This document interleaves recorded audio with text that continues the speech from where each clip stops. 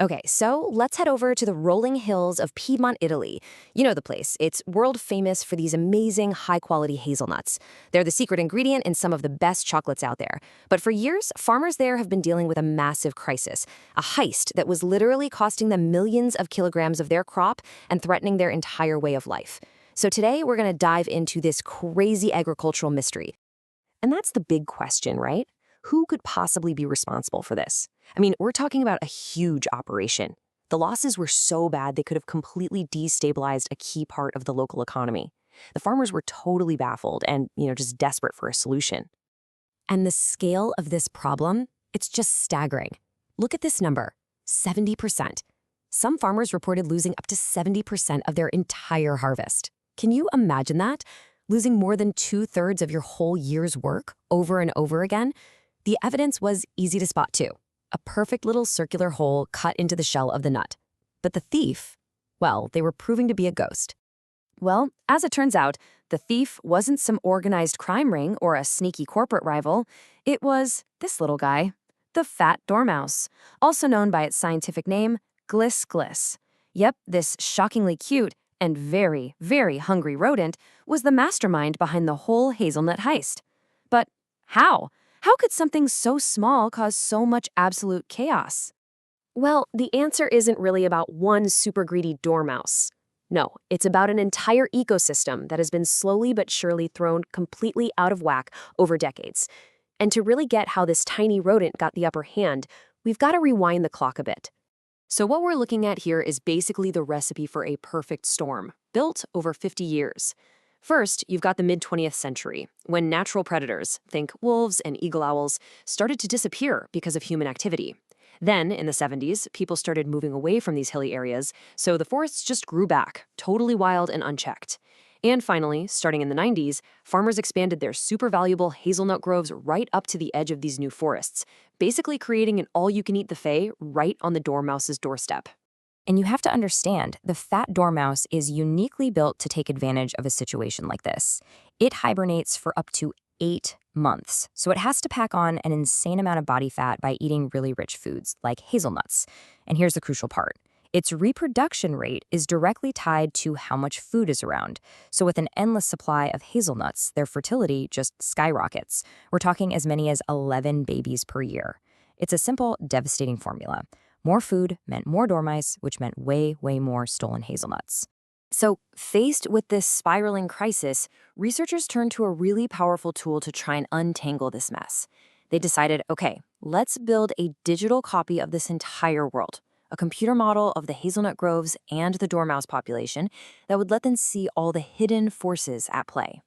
The method they used is called system dynamics, and it's a really cool way of looking not just at the individual pieces of a problem, but at how they all connect and interact with each other over time.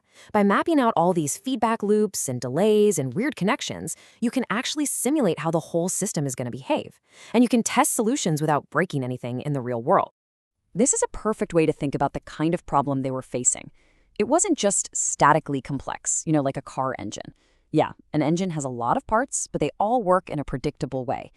No, this was dynamically complex, which is much more like a traffic jam. The problem isn't just the number of cars, right? It's the unpredictable, cascading chain reactions of how they all interact with each other over time. That was the hazelnut problem. Okay, so I know. This diagram looks incredibly complicated, like a big bowl of spaghetti. But this map of interconnected loops, it's called a causal loop diagram, is actually the key to everything. It visually charts how every single element affects every other element. So for instance, you can trace the loop from the dormouse population to available hazelnuts, which then affects the fertility rate, which creates this feedback cycle. This whole thing, this is the brain of their computer model. And just by looking at this complex map, the researchers came to a pretty startling prediction. This quote right here kind of hints at it. It basically suggests that the most obvious solution, just setting out a bunch of traps, might actually be a trap itself. Yeah, it seems to work in the short term, but in the long run, the system is going to push back hard. And this brings us to the major plot twist in our whole investigation.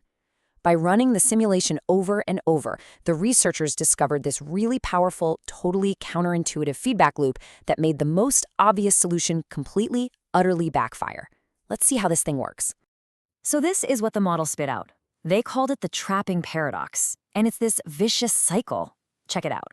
Step 1, farmers put out more traps to catch the dormice. Step 2, the population drops for a little while. Seems great, right?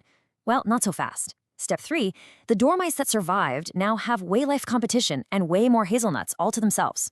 Step 4, remember how their fertility is tied to food? Well, with a feast on their hands, their reproduction rate goes through the roof. And the result? The population bounces back. And a lot of the time, it comes back even stronger than before, forcing farmers to set even more traps.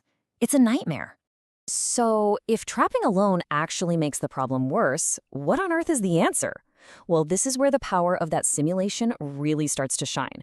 The researchers could now test all sorts of different combinations of policies inside the computer to see what would actually create a sustainable long-term solution. And here are the results. These graphs compare all the different approaches. You see those dotted and dashed lines? That's what happens when you only do one or two things at a time. But look at that solid line. That's the scenario where farmers combine all the different strategies. It leads to the absolute lowest loss of hazelnuts and the highest amount of production. The computer basically proved that a multi-pronged attack was the only real way to win this fight. But, and this is a big but, within that mixed strategy, one piece was absolutely essential. The model showed crystal clear that without physically protecting the hazel groves themselves, using things like safety nets or strategic pruning to keep the dormice out, no other policy, not even trapping, could ever be fully sustainable. You had to protect the food source first.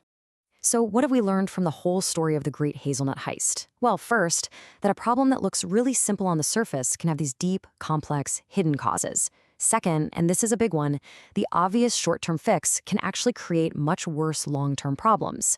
The best solution here wasn't just one thing, but a mix of strategies.